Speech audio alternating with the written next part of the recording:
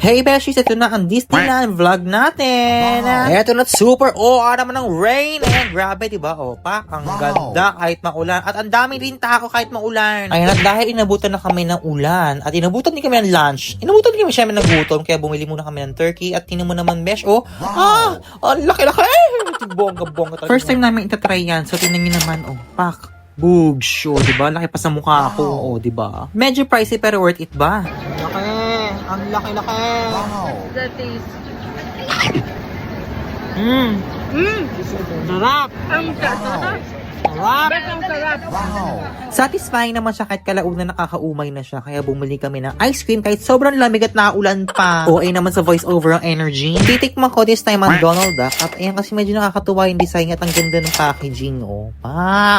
Diba? Pinakita mo ka ni Donald Duck. Masarap ba? Tikman. Wow. Okay lang. Medyo lasang antibiotic kasi. And now, we made it to our first ride. This is Hyperspace Mountain. At sobrang haba pa din ng pila kahit napakalakas na ng ulan. Kasi dami din tao, no? Pero taste lang, nagbayad kami 5,000, no? Actually, isa ito sa crowd favorite kasi sobrang ganda ng graphics, tapos ang ganda ng effects, tapos sobrang bilis siya sa loob. Tinan mo naman, Besh, apakadilim, tapos biglang gaganyan. May para ka nasa labas ng Earth. Ganon. Diba? Pakanalo. At syempre, di mawawala ang mga picture na hindi mo mawawala kung ano mga itsura namin. Nahimatay. Sino yun?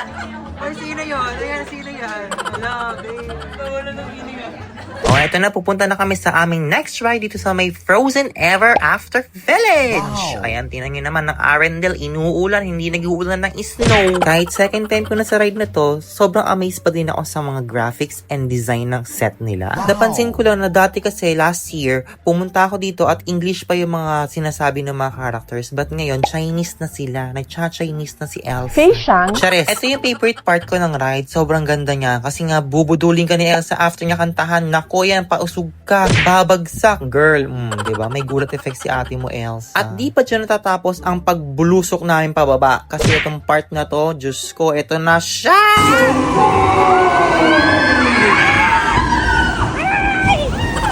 Worth it naman ang pagpila namin ng 1 hour at medyo lag yung ride kasi siguro umuulan. Eto na aming picture, aura, bugs. So dami ng ganap, hindi na naman ito kasya sa ating oras. So see you on part 3 na aming Hong Kong and Disneyland vlog. Bye!